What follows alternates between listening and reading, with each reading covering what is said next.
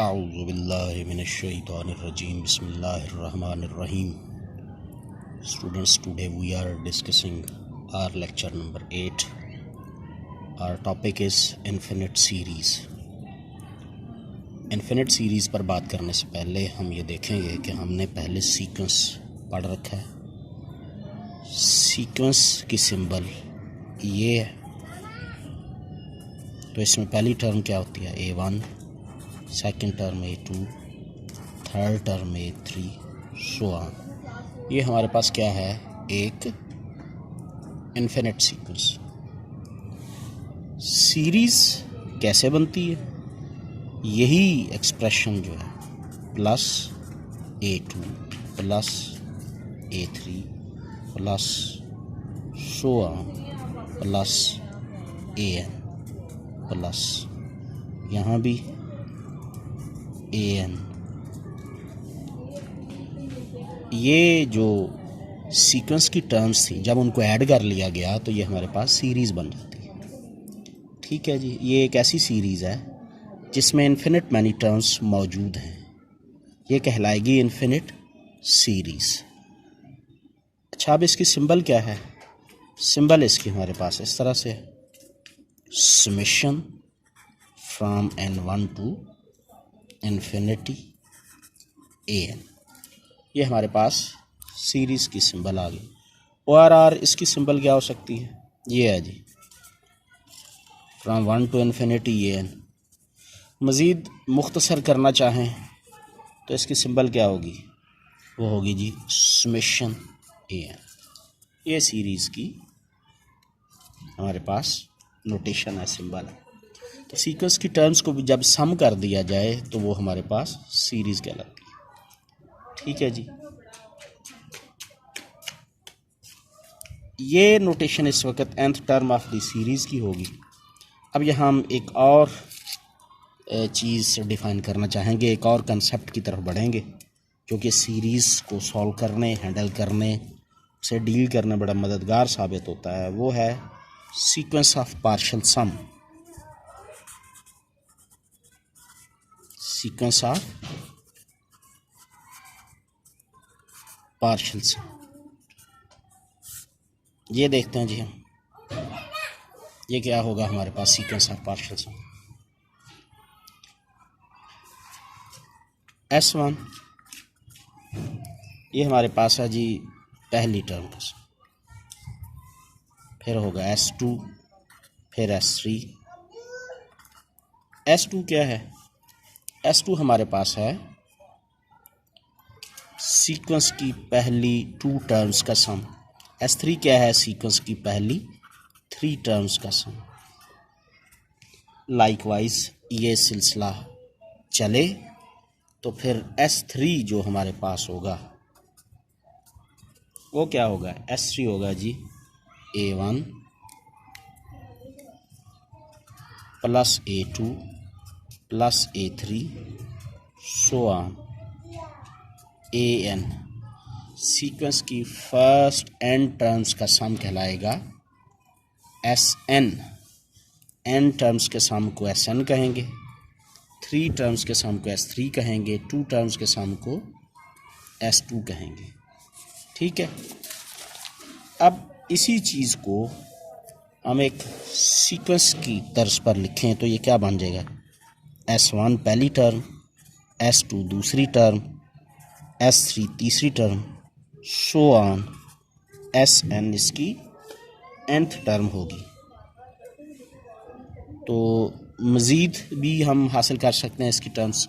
ये अब कहलाएगा सीक्वेंस, इसका नाम बन जाएगा sequence of partial some.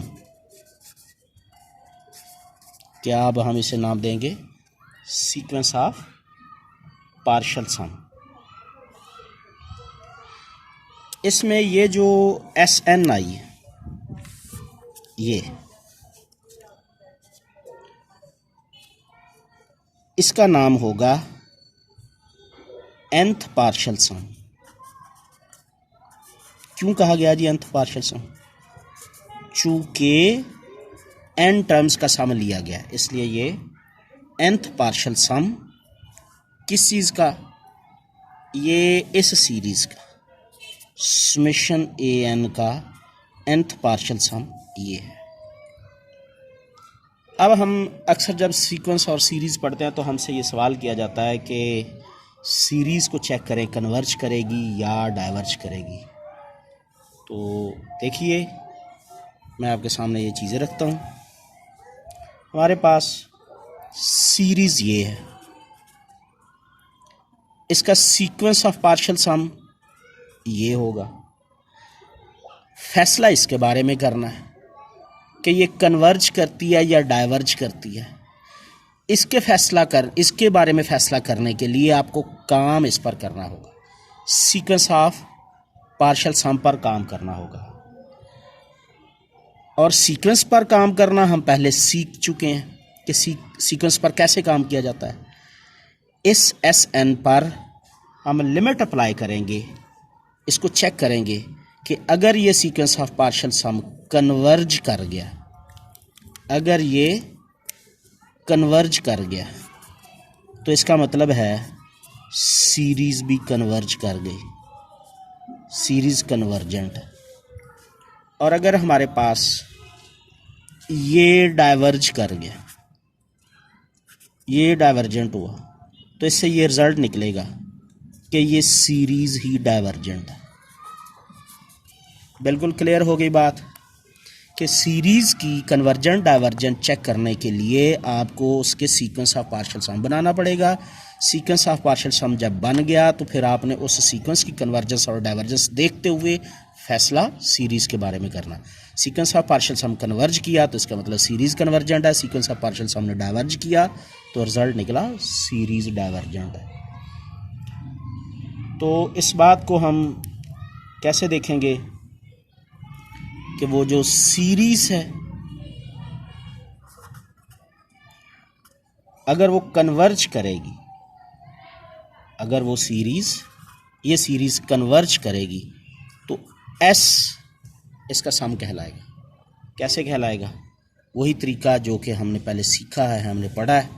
Limit n approaches infinity S n, sequence of partial sum की nth टर्म का आप लिमिट लीजिए, n approaches to infinity, converge करेगी को फाइनाइट नंबर आंसर आएगा। लेट्स से दैट वो एस आया, यही एस दरअसल सीक्वेंस सीरीज़ का सम कहलाएगा हमारे पास। अब आएगा इसका सेकंड केस। सेकंड केस क्या है कि अगर ये सीरीज़ हमारे पास है divergent, if a n divergent हो, तो ये कब डाइवर्ज होगी? ये डाइवर्जेंट होगी तो किस की वजह से होगी? वो कौन सा सबब होगा कि ये डाइवर्ज होगी? ये डाइवर्जेंट तब होगी, इट मीन्स दैट ये डाइवर्जेंट है तो इसका ये मतलब है, दैट इज इसका ये मतलब है सीक्वेंस ऑफ पार्शियल सम हमारे पास डाइवर्जेंट हो गया। सीरीज डाइवर्जेंट हुई तो रिजल्ट क्या निकला? Sequence of partial sum divergent हो गया। अगर ये डाइवर्जेंट है सो सीरीज भी डाइवर्जेंट है। अब हम ये बात देखते हैं, पढ़ते हैं। कोई सीरीज़ की एक एग्ज़ाम्पल लेते हैं, मशहूर ज़माना, जो कि हमने शायद पहली क्लासेस में पढ़ रखी है। वो है जी ज्योमेट्रिक सीरीज़। हमारा है जी टॉपिक अगला ज्योमेट्रिक सीरीज़।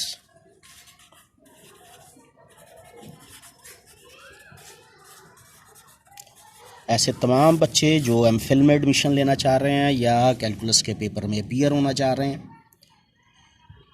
उनके लिए यहाँ पर मल्टीपल चॉइस है। तो मल्टीपल चॉइस आपने ख़ुद इसमें तलाश करनी है, ढूंढनी है। मैं एक इशारा करके आगे बढ़ जाऊँगा, गुजर जाऊँगा। ज्योमेट्रिक सीरीज़ की जो हमारे पास टर्म्स होती हैं उनकी शक्ल क्या होती है जी? ज्योमेट्रिक सीरीज़ हमारे पास summation a n from 1 to infinity, पहली टर्म ए एक फिक्स नंबर से मल्टीप्लाई किया ए आर बना, वही आर से फिर मल्टीप्लाई किया ए आर स्क्वायर बना। प्लस सो ऑन, और nth टर्म क्या होगी ए आर की पावर n-1, ये होगी जी। ये हमारे पास ज्योमेट्रिक सीरीज। इस ज्योमेट्रिक सीरीज का जो बिहेवियर है वो सारे का सारा डिपेंडेंट है इस कॉमन रेशो पर, जो आर अपीयर हो रहा है, जिसे हम कॉमन रेशो कहते हैं। What is r? Common ratio, see r. See r mean common ratio.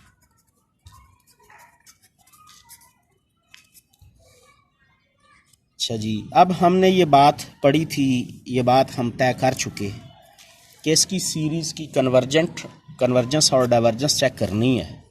तो कैसे चेक होगी? सीक्वेंस ऑफ पार्शियल सम की nth पार्शियल सम जी, nth पार्शियल सम में कितनी टर्म्स ऐड होंगी? पहली, दूसरी, तीसरी, सो ऑन, nth टर्म तक समेशन आएगी। ये nth टर्म है जी।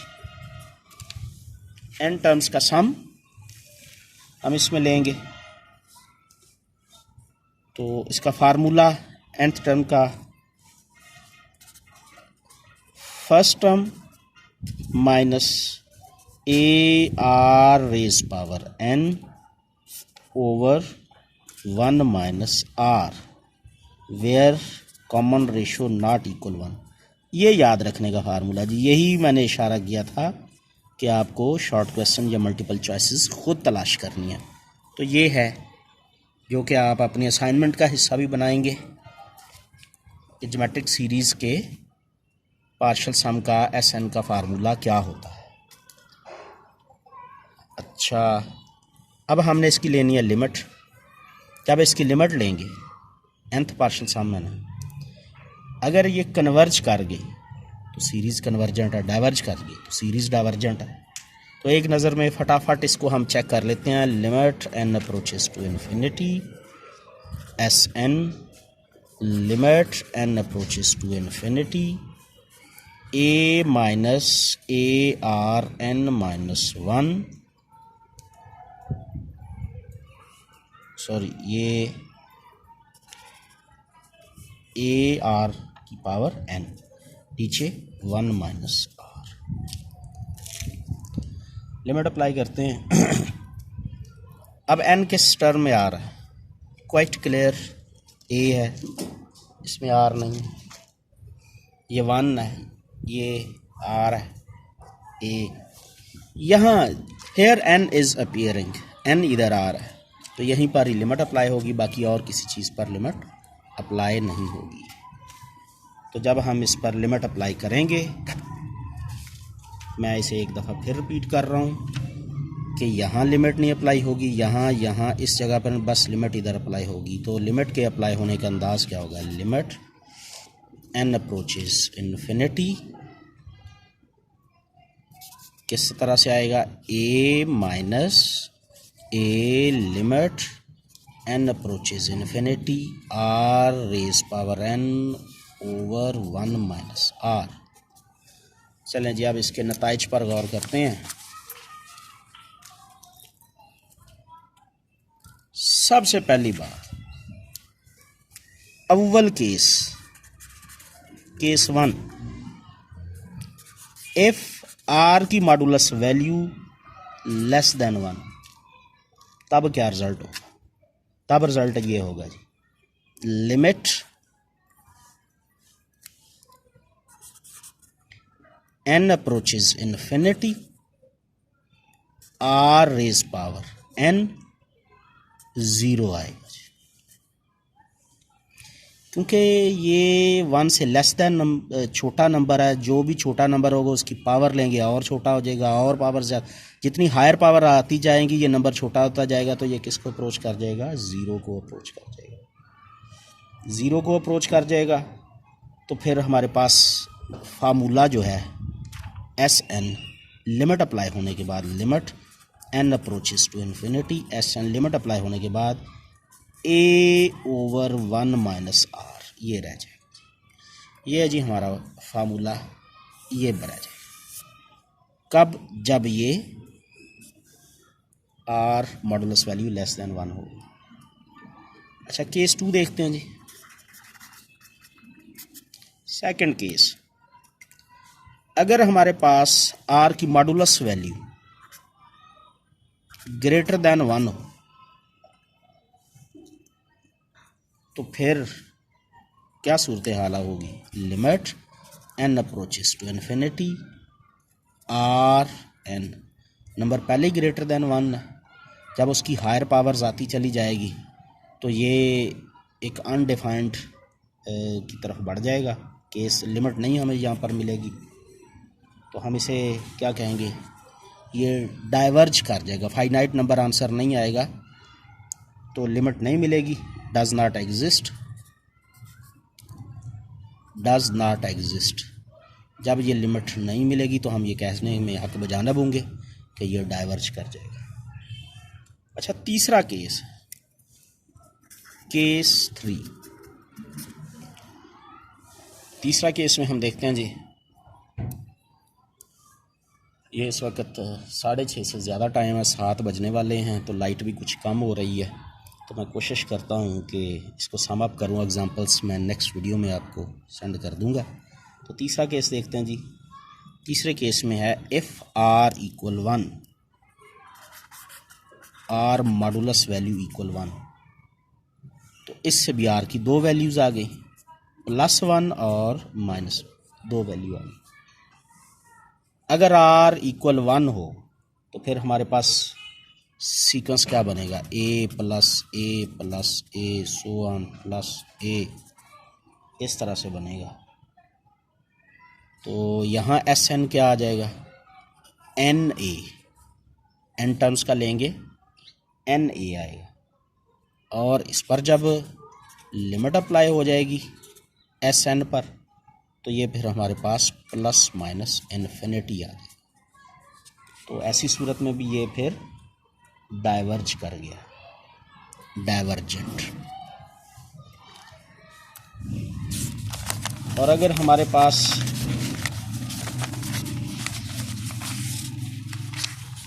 वन की बजाय -1 आएगा तो फिर हमारे पास सीक्वेंस की टर्म्स, वो जो टर्म्स आएंगी सीरीज़ की, वो ये आएंगी a plus a 0 partial sum की टर्म्स इस तरह से आ जाएंगी, a 0 a इस तरह से आ जाएगी। तो ये भी जब हम इसको चेक करेंगे तो ये भी हमारे पास डाइवर्जेंट आएगा। ठीक है जी। तो फिर हमारे पास ये बात तय हो गई कि आर इक्वल -1 पर भी डाइवर्जेंट, और जो पिछले पेज पे हमने देखा था आर इक्वल 1 पर भी डाइवर्जेंट है, r modulus value greater than 1 पर भी वैल्यू एग्जिस्ट नहीं करती। ठीक है जी, ग्रेटर दैन 1 पर भी वैल्यू हमें नहीं मिलती, ये भी डाइवर्जेंट है। तो फिर आर मॉड लेस दैन 1 पर ही कन्वर्ज करेगा, और जो वैल्यू आ गई वही सीरीज़ का सम कहलाएगा। इसकी एग्जांपल्स हम इंशाल्लाह नेक्स्ट वीडियो में सॉल्व करेंगे। आज के मटेरियल में कम से कम 3 से 4 हमारे पास मल्टीपल चॉइस थी, 2 डेफिनेशन थी।